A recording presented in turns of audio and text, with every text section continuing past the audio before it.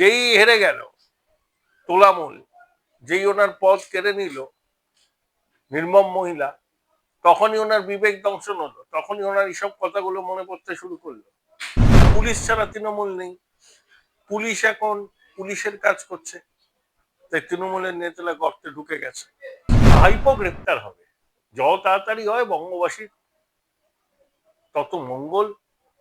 অনেকে মানত করে আছেন কালীঘাটে।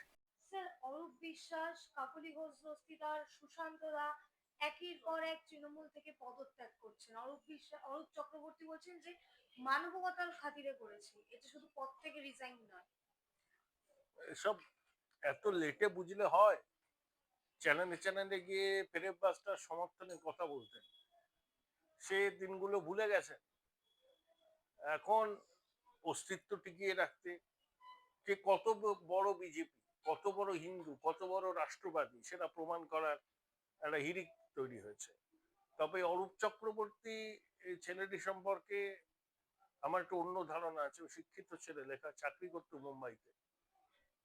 বাকিদের কথা, ওই কাকলি ঘোষ দস্তিদার কি হলো হঠাৎ করে, এতদিন কি করছে? যেই হেরে গেল তোলামূল, যেই ওনার পদ কেড়ে নিল নির্মম মহিলা, তখনই ওনার বিবেক দংশন হলো, তখনই ওনার এইসব কথাগুলো মনে পড়তে শুরু করলো। ছেনালি করারও একটা সীমা আছে। আসলে এরা খুব লোভী, খুবই লোভী। তবে বিজেপি এদেরকে কাজে লাগাবে, ওরা একটা রাজনৈতিক দল। তৃণমূলকে যত ঘেঁটে দিতে পারবে বিজেপির তত সুবিধা। তৃণমূল যত দুর্বল হবে, তৃণমূলের সংসদীয় দলের যত ভাঙন হবে, বিজেপির ক্ষেত্রে সুবিধা। সেই সমর্থনটা বিজেপি পেলে সংসদে বিল পাশ করতে সুবিধা হবে, এই আর কি। কিন্তু কাকলি ঘোষ দস্তিদার তো নাকি প্রশাসনিক বৈঠক শেষে বলেছেন অনেকদিন পর এরকম একটা বৈঠক করলাম, অন্য বৈঠকে তো কথা বলার সুযোগ তা হয়নি। এতদিন বাদে এইসব বলছেন কেন? 2 মাস আগেও তো বলেন। দুদিন আগেও তো বলেনি হ্যাঁ, হেরে যাওয়ার। তৃণমূল যদি জিততে কথাগুলো বলতেন, বলতেন না। ধান্দাবাজি করছেন, বেঁচে থাকতে চাইছেন, তাই এগুলো বলছেন। বিজেপির এই সুযোগ নিচ্ছে।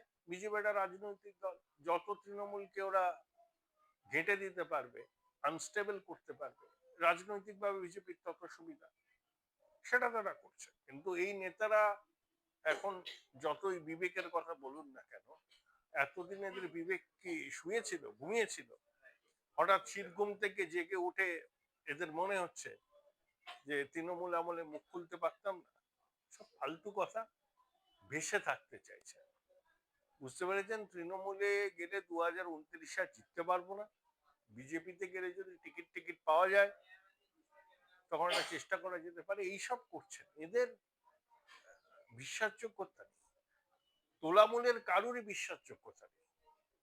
অরূপ চক্রবর্তী কার্যত পদত্যাগ করছেন এবং তখন অভিযোগ করছেন যে যারা ভিভিআইপি নেতা তৃণমূলের, যাদের গাড়ির আগে দু তিনটে করে কনভয় থাকে, তারা কোথায় যখন লোকাল সোলের কর্মীরা মার খাচ্ছে। এটাই তো হয়, পুলিশ ছাড়া তৃণমূল নেই, পুলিশ এখন পুলিশের কাজ করছে, তাই তৃণমূলের নেতারা গর্তে ঢুকে গেছে। ওদের সব আস্ফালন, হম্বি তম্বি পুলিশকে সঙ্গে। পুলিশবিহীন তৃণমূল হতো না, এখন পুলিশ তার দায়িত্ব পালন করছে, তোলামূলের নেতারা ভেঙে গেছে, এটাই হচ্ছে। এই যে ভালো তৃণমূলীদের বিজেপিতে নেওয়া হবে, সমীপ ভট্টাচার্য বলেছিলেন একের পর এক তৃণমূলের সুর নরম হচ্ছে, এই ভালোর মাপকাঠিটা কতটা ওরা আপনার শ্রমিক মতে? বাবু জানতেন, বলতে পারবে। নিশ্চয়ই কিছু কর্মী সমর্থক আছেন যারা লোকের উপর অত্যাচার করেনি, গুন্ডামি করেনি, পাড়ায় তোলাবাজি করেনি।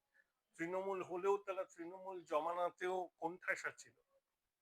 তারা যদি আসতে চান, তাহলে শ্রমিক বাবু তাদেরকে বলেছেন, তাদের কথা বিবেচনা করা হবে। কিন্তু যারা প্রতিষ্ঠিত তোলাবাজ, তোলা তুলেই সবকিছু করেন, বিগত 10-11 বছরে যাদের সম্পত্তি বহু গুণ বেড়েছে, গলায় শেকলের মতো সোনার চেন পরেন, 10 হাতে 10টা দামি আংটি, 2 হাতে 2টো দামি আইফোন, পায়ে হাল ফ্যাশনের জুতো, কানে দুল, মাথার চুল লাল, লাল চুল কানে দুল, এরই নাম তো তোলামূল। এই তোলামূলের কোনো স্থান নেই।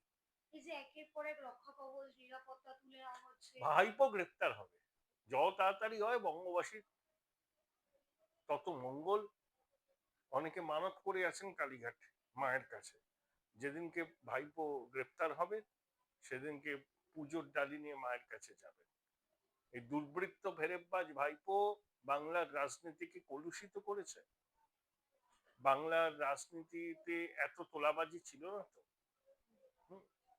তার পত্তন করেছে ভাইপো, এবং ওই নির্মম মহিলার সমর্থনে প্রশ্রয়।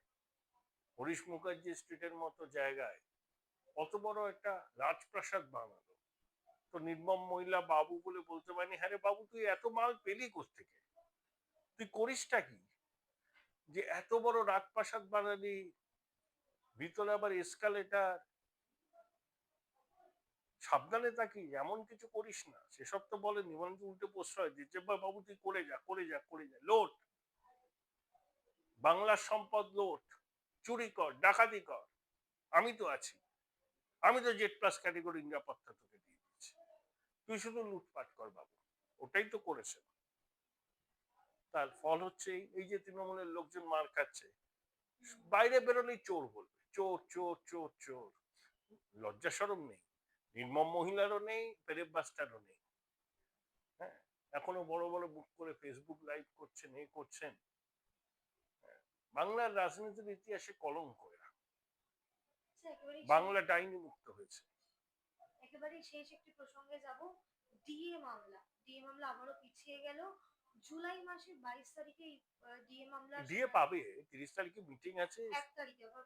যাই হোক, শুভেন্দুবাবুকে সময় দিতে হবে, ও ঠিক পেয়ে যাবে। সব প্রতিশ্রুতি রক্ষা করবেন।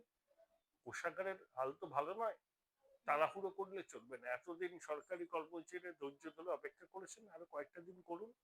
যা সংকল্পপত্রে যা প্রতিশ্রুতি দেওয়া হয়েছিল শুভেন্দুবাবুর নেতৃত্বে এই সরকার সেটা অক্ষরে অক্ষরে পালন করবে। কিন্তু এটা কোনো মানে এফেক্ট ফেলবে কি? মানে সরকারি কর্মচারীরাও এটা নিয়ে অনেক চিন্তিত যে বারংবার কেন পিছিয়ে যাচ্ছে এই ডিএ মামলা। না না, মামলা বেরিয়ে যাচ্ছে সুপ্রিম কোর্টে হচ্ছে, সেখানে সরকারের কি অবস্থা? রায় তো দিয়ে দিয়েছে সুপ্রিম কোর্ট, দিয়েও দেবে নতুন সরকার, সময় দিতে হবে। বৈঠকে কি আশা করছে? না না, আগে হোক বৈঠকে, একটা সমাধান সূত্র বেরোবে, সরকার তার অবস্থান ব্যাখ্যা করবে, আর আন্দোলনকারীরাও তাদের কথা বলবে, একটা সমাধান সূত্র বেরিয়ে আসবে।